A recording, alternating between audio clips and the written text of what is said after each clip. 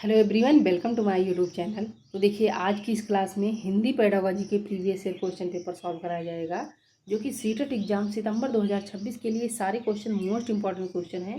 क्योंकि देखिए, same pattern के क्वेश्चन ऐसे ही एग्जाम में पूछे जाएंगे। सो आप लोग वीडियो पर कंटिन्यू बने रहिए और अपने पेपर की कंटिन्यू तैयारी जारी रखिए और जितना हो सके उतना ज़्यादा प्रैक्टिस करिए। प्रीवियस ईयर क्वेश्चन पेपर लगाइए। जितना आप प्रीवियस ईयर क्वेश्चन लगाएंगे उतना ही आपको बेनिफिट मिलेगा। तो चलिए, इसमें हम प्रीवियस ईयर क्वेश्चन पेपर ही करा रहे हैं, तो आइए देखिए इसमें वीडियो को। तो इस वाले जो है क्वेश्चन में पूछा जा रहा है कि निम्नलिखित में से कौन सा बुनियादी पठन कौशल नहीं है। तो बुनियादी पठन कौशल नहीं है, क्वेश्चन में ये पूछा जा रहा है। तो पहला वाला ऑप्शन है डिकोडिंग, यानी कि डिकोडिंग जो है तो बुनियादी पठन कौशल नहीं है। या ऑप्शन नंबर सेकंड है कि शब्द पहचान, या सेकंड है वो थर्ड वाला ऑप्शन है कि रूप विज्ञान, या ऑप्शन नंबर फोर्थ है कि पठन शब्द भंडार।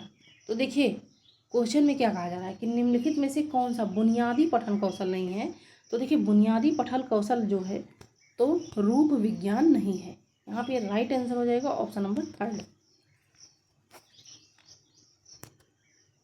अब देखिएगा अगला वाला क्वेश्चन। इस वाले क्वेश्चन में कहा जा रहा है कि एक शिक्षिका छोटे बच्चों को शुरुआती वर्षों में नियंत्रण अथवा प्रोत्साहन के रूप में अपनी भाषा अर्जित करने के योग्य बनाती है और उसी के अनुरूप व्यवहार करने के लिए कहती है।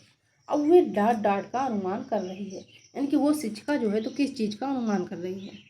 एक शिक्षिका जो है वो छोटे बच्चों को शुरुआती वर्षों में नियंत्रण अथवा प्रोत्साहन के रूप में अपनी भाषा अर्जित करने के योग्य बनाती है और उसी के अनुरूप व्यवहार करने के लिए कहती है। किससे? तो वो बच्चों से कहती है।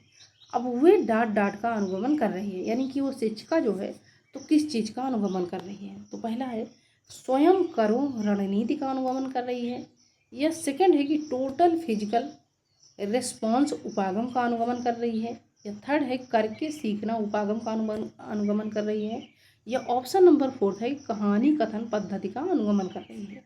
तो देखिए यहाँ पे कि जब एक शिक्षिका छोटे बच्चों को शुरुआती वर्षों में नियंत्रण अथवा प्रोत्साहन के रूप में अपनी भाषा अर्जित करने के योग्य बनाती है और उसी के अनुरूप व्यवहार करने के लिए कहती है। पहले उन्होंने बना दिया है, उसके बाद बच्चों से उसी के अनुरूप व्यवहार करने के लिए कह रही है। अब वह डांट डांट का अनुगमन कर रही है, यानी कि वो शिक्षिका जो है तो वो शिक्षिका करके सीखना उपागम का अनुगमन कर रही है। पहले उन्होंने बच्चों को सिखा दिया है और सिखाने के बाद में जो है तो वो बच्चों से कह रही है कि ऐसा करिए।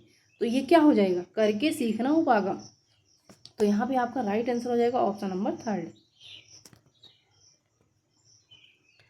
अब देखिएगा अगला वाला क्वेश्चन। इस वाले क्वेश्चन में देखिए कहा जा रहा है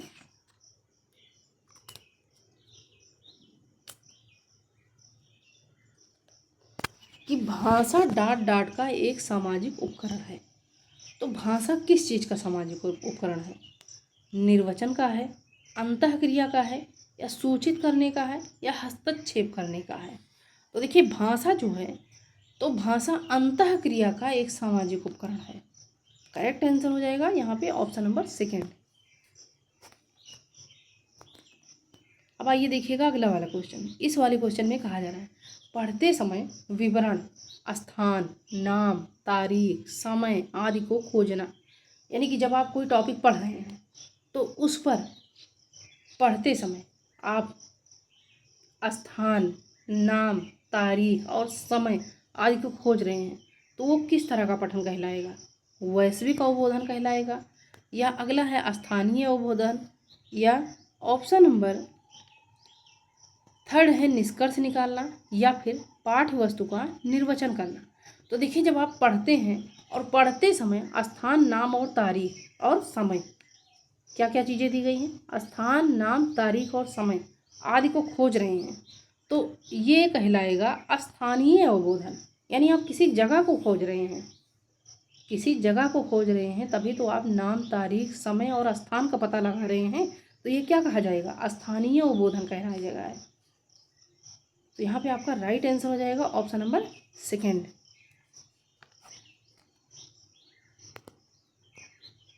अब देखिएगा ये वाला क्वेश्चन।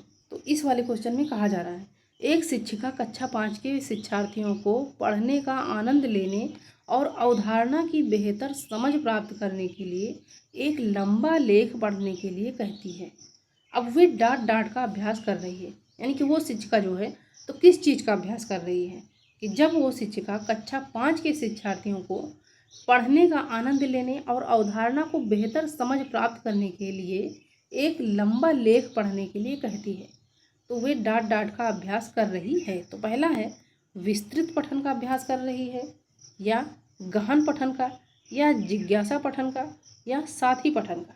तो देखिए कि जब एक शिक्षिका कक्षा 5 के शिक्षार्थियों को पढ़ने का आनंद लेने के और अवधारणा को बेहतर समझ प्राप्त करने के लिए लंबा लेख पढ़ने के लिए कहती है, तो वो शिक्षिका जो है, पूछा जा रहा है कि किस चीज़ का अभ्यास करा रही है, तो वो शिक्षिका जो है विस्तृत पठन का अभ्यास करा रही है बच्चों से जो है, तो विस्तृत पठन का अभ्यास करा रही है यहाँ पे। सो यहाँ पे राइट आंसर हो जाएगा ऑप्शन नंबर फर्स्ट।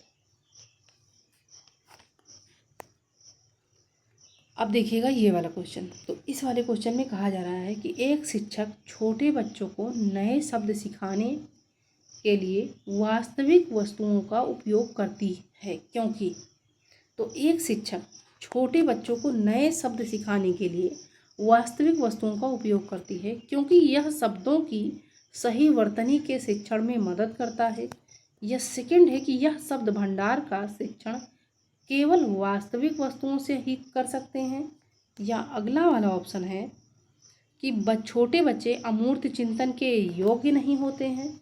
या ऑप्शन नंबर फोर्थ है कि यह शिक्षार्थियों को शब्द और वस्तुओं के बीच संबंध जोड़ने में मदद करता है, जो वे अपने वास्तविक जीवन में देखते हैं। तो देखिएगा यहाँ पे कि जब एक शिक्षक छोटे बच्चों को नए शब्द सीखने के लिए वास्तविक वस्तुओं का उपयोग करती है, क्योंकि यहाँ पे यह शिक्षार्थियों को शब्द और वस्तुओं के बीच संबंध जोड़ने में मदद करता है, जो वे अपने वास्तविक जीवन में देखते हैं। बड़ा option positive option, correct answer हो जाएगा ऑप्शन नंबर फोर्थ। अगला क्वेश्चन देखिए कि जब एक शिक्षार्थी को नई भाषा सिखाते हैं लेकिन वह उसे बोलता नहीं है, तो इस अवधि को डांट डांट कहते हैं। तो देखिए कि जब एक शिक्षार्थी को हम नई भाषा सिखाते हैं लेकिन वह उसे बोलता नहीं है, तो इस अवधि को हम वाक उदयमान कहते हैं, या मूक कहते हैं, या फिर प्रारंभिक उत्पादन कहते हैं, या उदीयमान कहते हैं। तो देखिए कि जब एक शिक्षार्थी को हम नई भाषा सिखाते हैं लेकिन वह उसे बोलता नहीं है, तो इस अवधि को हम मूक कहते हैं। करेक्ट आंसर हो जाएगा ऑप्शन नंबर सेकंड।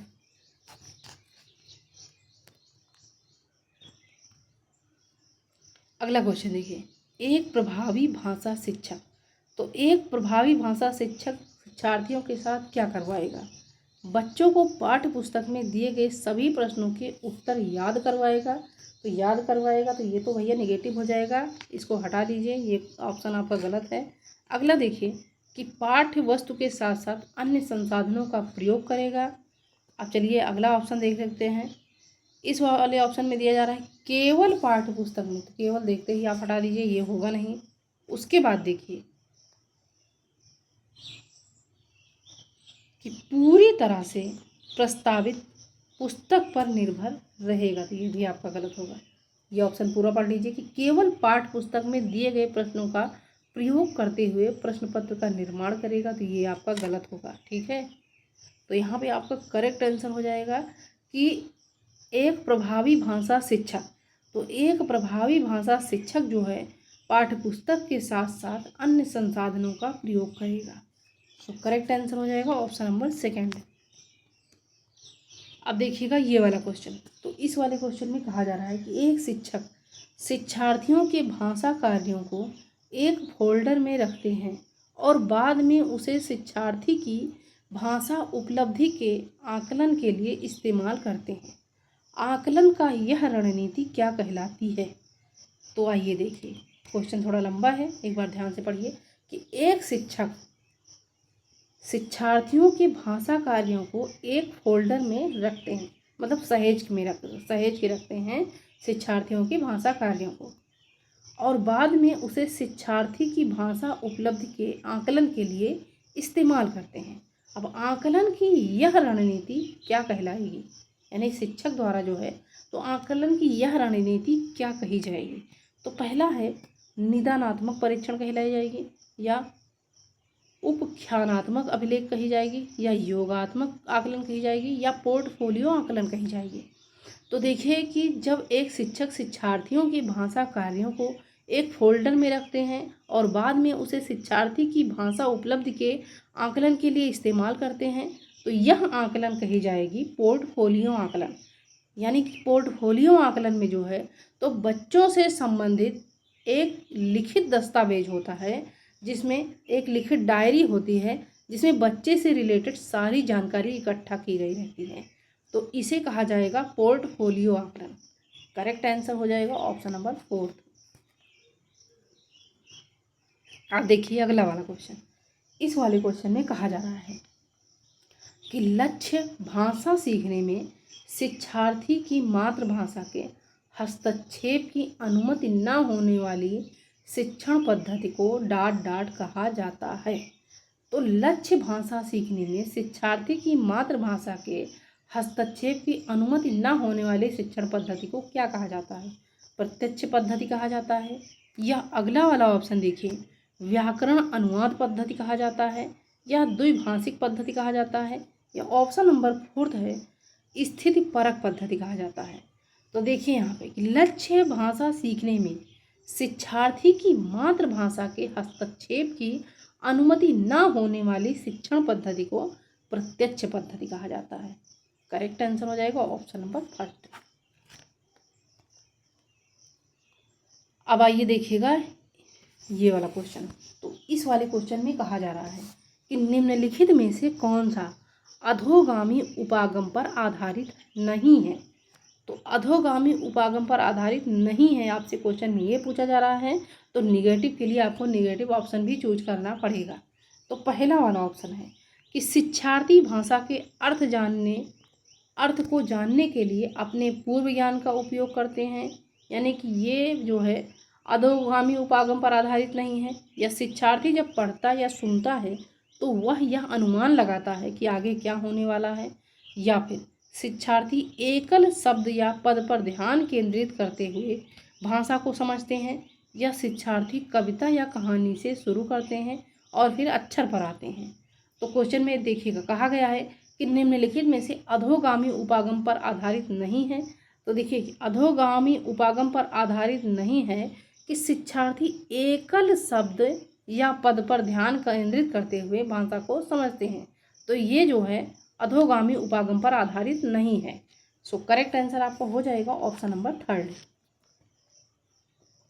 अब देखिए अगला वाला क्वेश्चन। इस वाले क्वेश्चन में कहा जा रहा है उपचारात्मक शिक्षण है।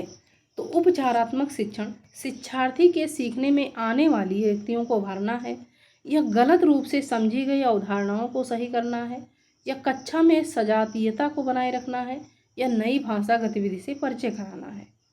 तो देखिए कि उपचारात्मक शिक्षण जो है तो गलत रूप से समझी गई अवधारणाओं को सही करना है, यानी उपचार करना है।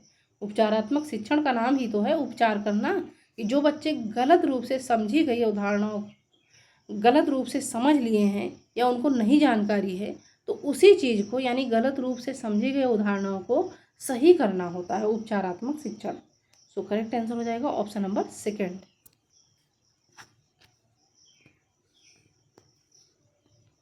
अब देखिए अगला वाला क्वेश्चन। इस वाले क्वेश्चन में कहा जा रहा है कि सीखने की वह अक्षमता जो हमारे पढ़ने, निर्वचन करने और अक्षरों, शब्दों एवं संकेतों को समझने की योग्यता को प्रभावित करती है, तो वो क्या कहलाती है। अब क्या कहा जा रहा है, सीखने की वह क्षमता जो हमारे पढ़ने, निर्वचन करने और अक्षरों, शब्दों एवं संकेतों को समझने की योग्यता को प्रभावित करती है, तो उसे हम कहेंगे डिसलेक्सिया, यानी पठन संबंधी विकार या सीखने संबंधी विकार जो होता है उसी को ही क्या कहा जाता है, डिसलेक्सिया। तो प्रभावित करती है यानी कि सीखने की वह क्षमता जो हमारे पढ़ने, निर्वचन करने और अक्षरों, शब्दों एवं संकेतों को समझने की योग्यता को प्रभावित करती है, तो वो है डिसलेक्सिया। करेक्ट आंसर आपको हो जाएगा ऑप्शन नंबर फर्स्ट। बाकी देख लीजिए डिस्कैल्कुलिया, तो डिस्कैल्कुलिया जो होता है ये गणना संबंधी विकार होता है, ये नहीं होगा। डिस्फेजिया भी नहीं होगा, और देखिएगा डिस्प्रेक्सिया भी नहीं होगा। तो यहाँ पे आपका हो जाएगा डिसलेक्सिया। करेक्ट आंसर हो जाएगा ऑप्शन नंबर फर्स्ट। अब आइए देखिए ये वाला क्वेश्चन। इस वाले क्वेश्चन में कहा जा रहा है कि निम्नलिखित में से कौन सा भाषा की कक्षा में प्रिंट समृद्ध परिवेश में आता है। तो क्या चीज़ें जो है कि भाषा की कक्षा में प्रिंट समृद्ध परिवेश में आता है। कक्षा में प्रदर्शित चार्ट्स, पोस्टर्स, कक्षा के प्रदत्त कार्य आते हैं, या परिवेश में sign boards, play cards, labels, wrappers आदि आते हैं, या अगला है कि कक्षा पुस्तकालय की अलमारियों में रखी हुई पुस्तकें आती हैं, या ऑप्शन नंबर फोर्थ है कि इलेक्ट्रॉनिक मीडिया जैसे टीवी, कंप्यूटर, स्मार्टफोन आदि आते हैं। तो देखिए यहाँ पे पूछा जा रहा है क्वेश्चन में कि निम्नलिखित में से कौन सा भाषा की कक्षा में प्रिंट समृद्ध परिवेश में आता है। तो देखिए भाषा की कक्षा में प्रिंट समृद्ध परिवेश में आने वाला उपकरण है कक्षा में प्रदर्शित चार्ट्स, पोस्टर और कक्षा के प्रदत्त कार्य। सो करेक्ट आंसर हो जाएगा ऑप्शन नंबर फर्स्ट। अब देखिए ये वाला क्वेश्चन, प्रथम पीढ़ी के शिक्षार्थी वे हैं जो, तो प्रथम पीढ़ी के शिक्षार्थी वे हैं जो अपने परिवार में सबसे पहले विद्यालय गए हैं, या दाखिला लेने के लिए विद्यालय में पहली बार आए हैं, या विद्यालय में विद्यालय तैयारी कार्यक्रम में हिस्सा ले रहे हैं, या ऑप्शन नंबर फोर्थ है कि विद्यालय में पहली बार भाषा सीख रहे हैं। तो देखिए प्रथम पीढ़ी के शिक्षार्थी पूछा जा रहा है क्वेश्चन कि प्रथम पीढ़ी के शिक्षार्थी वे हैं जो अपने परिवार में सबसे पहले विद्यालय गए हैं, जो अपने परिवार में सबसे पहले विद्यालय गए हैं। तो ऐसे शिक्षार्थियों को हम प्रथम पीढ़ी के शिक्षार्थी कहते हैं। करेक्ट आंसर हो जाएगा ऑप्शन नंबर फर्स्ट।